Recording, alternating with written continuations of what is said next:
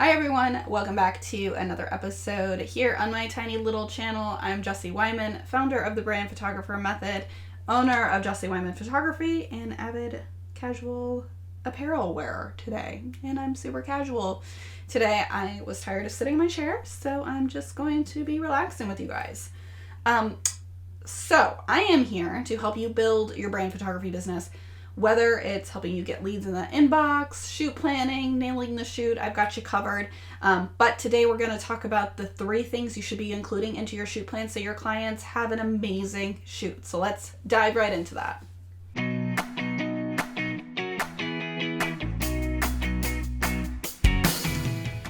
All right, guys, so shoot planning is possibly like the most fun thing to do. I mean, shooting is really fun, but it's also really tiring.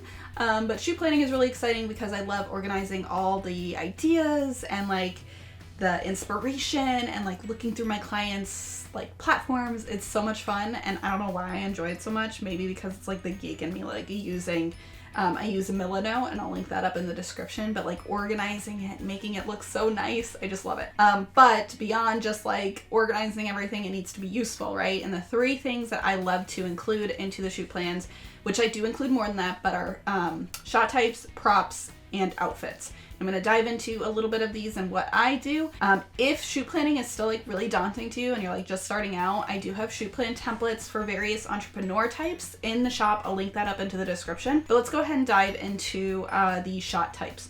Now, this is going to sound very, very basic, like duh, like we obviously know we need to like get these shots, like listing them out. But what I like to do is gauge my clients' specificity, and some of my shoot plans are going to be like very specific, like over the shoulder shot with like this while looking at this particular thing, whatever it is. Or it might be a little bit like less prescriptive and like just like, oh, client working at desk, you know? So things like that, you want to gauge how detailed you want to get, but you at a minimum want to identify those shot types and list them out. So in Milano, the app I use, I also use Trello, great resource. I use the checklist function so that when I'm on site, I can like pull that up on mobile and just check it right off, like make it super easy. So that's what I include for the shot types. And then I include props. Now props are something I rely on my clients to bring. I do have a box of props. Actually, I have a lot of props downstairs in my basement. If there's something that I think would be useful to the shoot that I have, I don't mind bringing it, but ultimately it's up to my clients to bring their props. So it's really important then that you give them a list because you don't want them forgetting anything.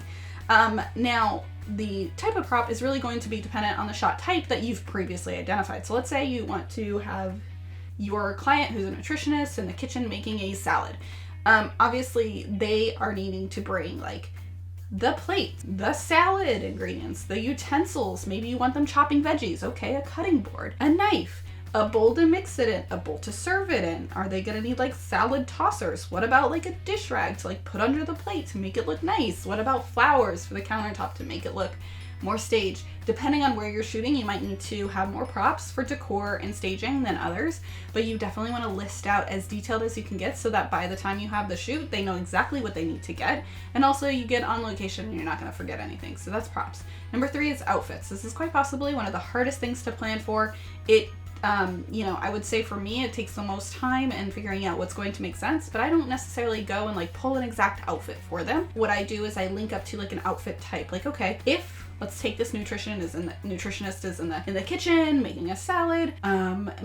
Is she the type that she appeals to more of a corporate, maybe she's a nutritionist for a corporate setting, or maybe it's not, but let's go with a corporate setting. Then we might want to have her in a more up-leveled attire. So I would pin images that have that sort of level of attire that she's going to wear. But let's say she's just a nutritionist for like other individuals and she works with people one-on-one and it's like, more business to consumer, then she might just be in like jeans and a nice blouse. And that's what we're going to pin is some of those images. So I pin up the images, I link up the images to give them an idea of what they should be wearing.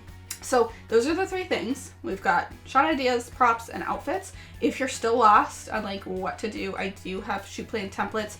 Those are done in a Google Doc and they're easily translatable into a more like sophisticated app like Milano, like I use.